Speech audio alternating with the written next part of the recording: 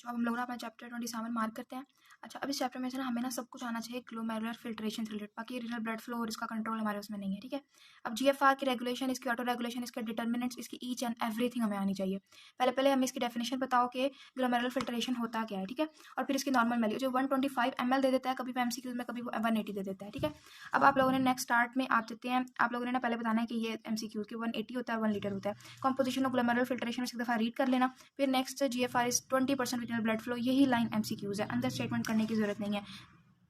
फिर आप लोगों ने क्या करना है, फिल्ट्रेशन फ्रैक्शन करना है, इसकी डेफिनेशन करनी है फिल्ट्रेशन फ्रैक्चर की, और इसका फार्मूला करना है, ठीक है। और ये निकालना आना चाहिए कि कितना होता है ग्लोमेरुलर कैपिलरी मेम्ब्रेन के। बस ये 3 पॉइंट करने हैं और बस। अच्छा, ये मैंने ना अपनी जुबान में जीएफआर लिखा हुआ है, अगर किसी को समझ आती है तो ज़रूर पढ़ ले, नहीं तो फिर अपना आप इस तरीके से समरी लिख सकते हो।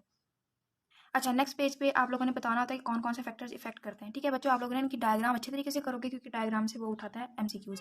फिर आप लोगों ने टेबल करना है, ये एमसीक्यूज के लिए सारा करना है। अच्छा, इसकी सिर्फ हेडिंग करनी है और इसकी भी सिर्फ हेडिंग करनी है, अंदर करने की जरूरत नहीं है। नेक्स्ट आप लोगों ने ये डायग्राम करनी है, ठीक है। और आप लोगों को पता है कि ये प्रोटीन यूरिया और एल्बुमिन किस तरीके से कंडीशन आती है। अब ये बहुत इंपॉर्टेंट है, डिटर्मिनेंट्स बहुत ज़्यादा इंपॉर्टेंट है। आप लोगों ने इसका फॉर्मूला करना है, इसके पॉइंट्स करने हैं, और नेक्स्ट आप लोगों ने इसकी वाली डायग्राम करनी है। तो कहते हैं कि ना इसके डिटर्मिनेंट्स के ना नाम बताओ। फिर आप लोगों ने ये 1 2 3 नाम बताने होते हैं और इसका ना फॉर्मूला लिखना होता है। यहाँ तो 3 नाम बताए हुए, लेकिन इसके 4 नाम होते हैं। फिर जीएफआर का आप लोगों ने ये फॉर्मूला भी तैयार करना है, और फिर इसके फैक्टर्स तैयार करना है कि क्या क्या इस पर इफेक्ट करते हैं।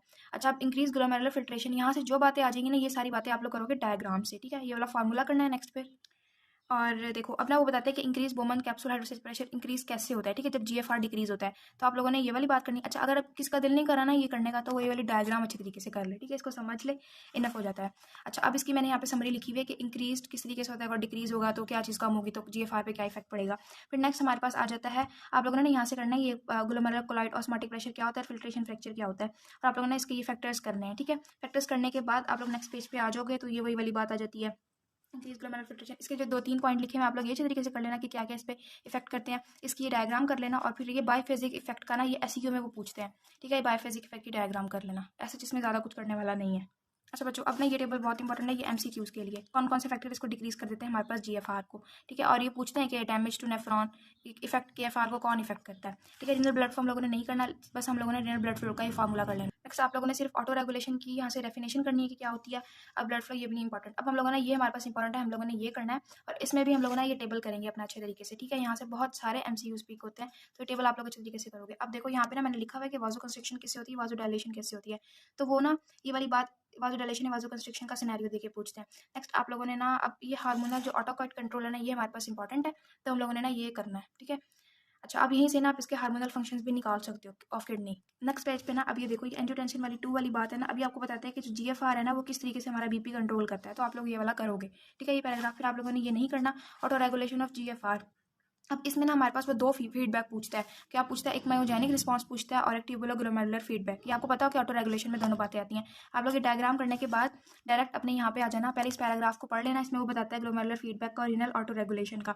फिर आप जब ट्यूबुलर फीडबैक पे आओगे ना, अब इतनी सारी थ्योरी करने की जरूरत नहीं, 2 डायग्राम दिखाती हूँ बस, वही करनी है। एक आप लोगों ने ये वाली फ्लो शीट करनी है 5711 और 27 पॉइंट ये वाली करनी है, ठीक है। ये आप 2 कर लेना, और ये ड्रॉ करने के लिए आती हैं, और इसके अलावा कुछ भी नहीं करना है यहाँ से।